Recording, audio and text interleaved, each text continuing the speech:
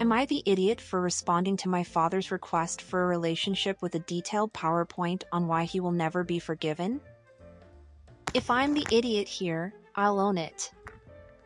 I'm not sorry, but like it would be good to know because the rest of my family thinks this went too far. My 24 female mom died when I was 7 from leukemia.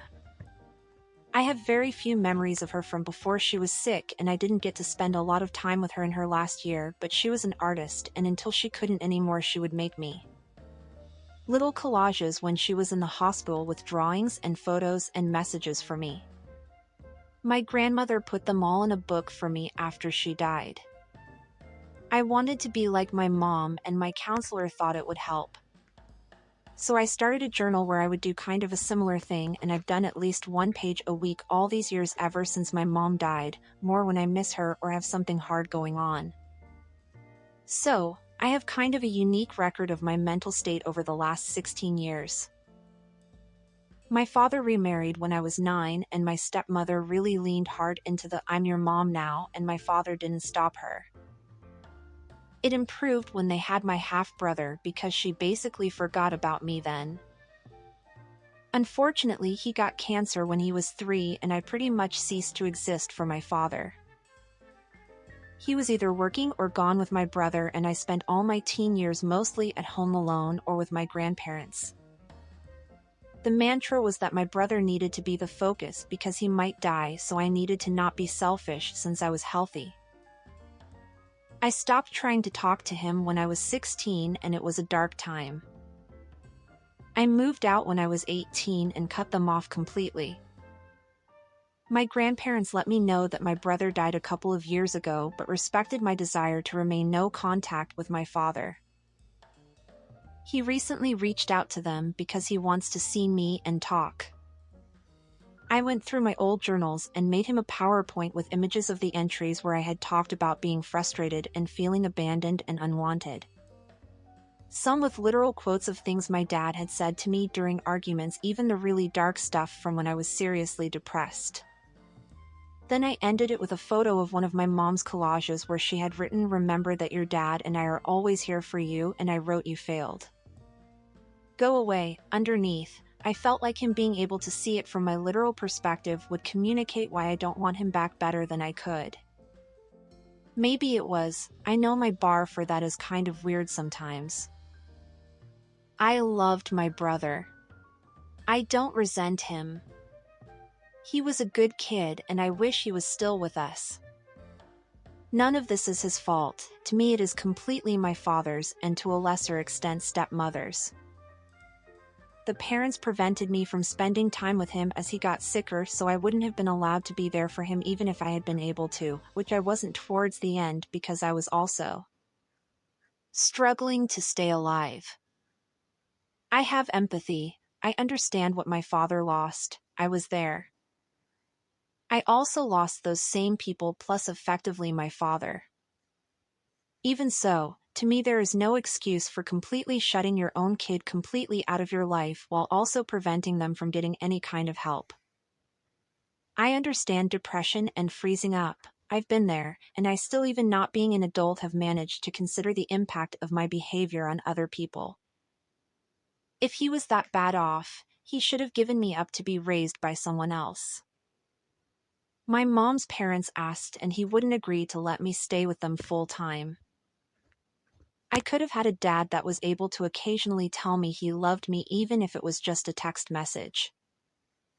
Alternatively, I could have lived with my grandparents and had people around me who cared about me every day even if that wasn't my father.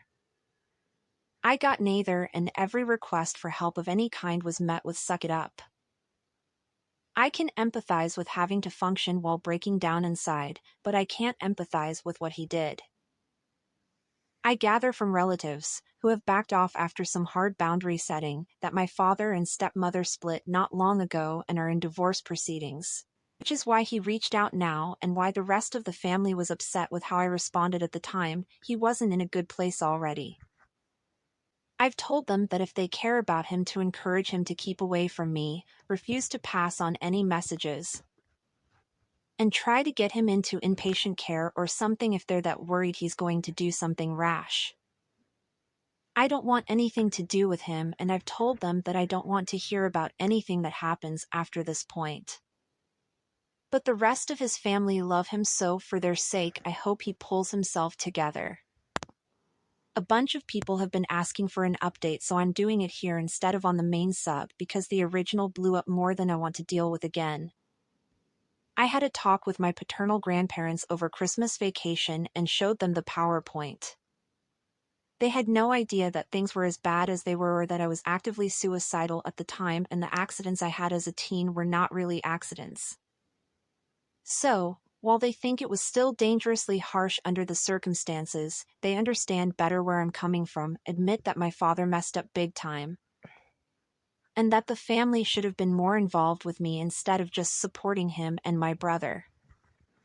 They said that on the surface they thought I was fine and just having trouble adjusting, but if they had known about the things described in the journal, they would have insisted my father get help. They do want me to reconcile with him, but they understand why it might be too late for that, so they've agreed not to bring him up unless I do first and not pass on information either way. So, that was actually productive.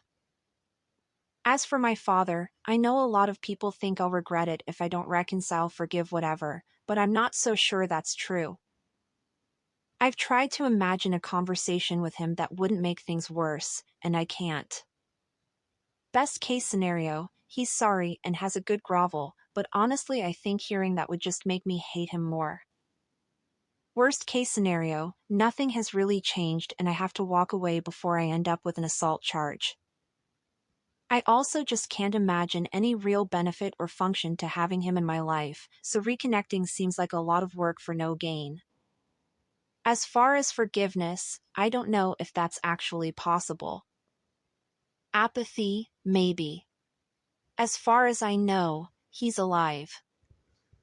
I've made it super clear that anyone who tries to give me information about him that I don't request will also get the chop, so I'm probably not going to get any further updates. I'd rather just go back to forgetting he exists. For me, I'm probably as fine as I'm going to be. I have therapy and meds. I can pass for a functional human most of the time. My deal with myself is that I have to at least stick around until my maternal grandparents pass so they don't hurt and I can wrap things up for them. So in the meantime, I'm working on finding other raison d'etre. Spite, possibly. I'm not in the best headspace right now, so bear with me. I've been fully in C from my bio father for 6 years, but effectively for longer. It's a whole situation that I can't explain quickly. But the Reader's Digest version is neglect and emotional abuse so bad I started researching how to commit suicide at 14 and coded twice from attempts before 18.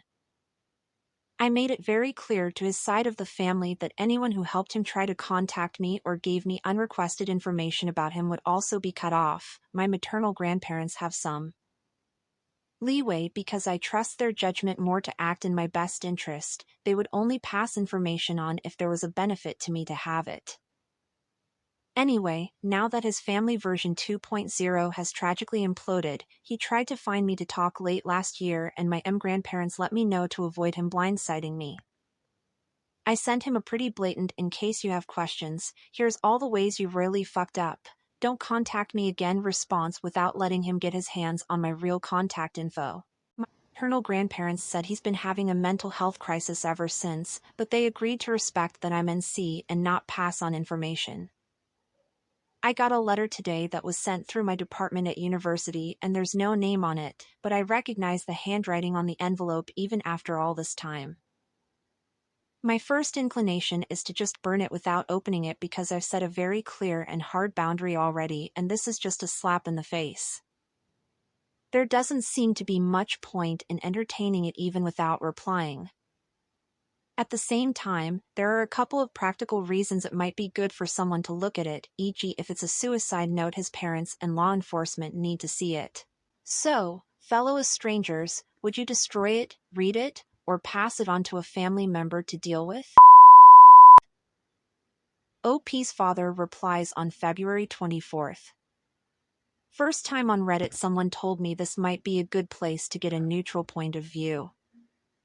I know I have made some mistakes, but I'm trying to fix them and getting called an idiot for trying, so I don't know what to think anymore.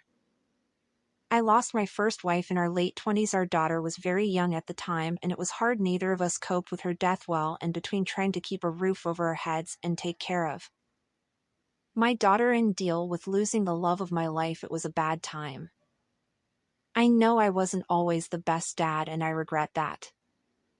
I remarried later, and my daughter never got along with her stepmother as much as we tried. It just got worse when our son was born. He was born with a brain tumor that nobody caught until he was a toddler, and it was like losing my first wife all over again. My wife was busy looking after him and doing hospital stays, and I was working 7 days a week to pay for everything. I know now that my daughter got lost in all of that more than I realized at the time. I was just trying to keep going, and a difficult teenager was one more big thing on a whole stack of big things. She left on her 18th birthday, and I haven't seen or heard from her since. She still talks to my parents, so I know she's okay, but she told them she wants nothing to do with me.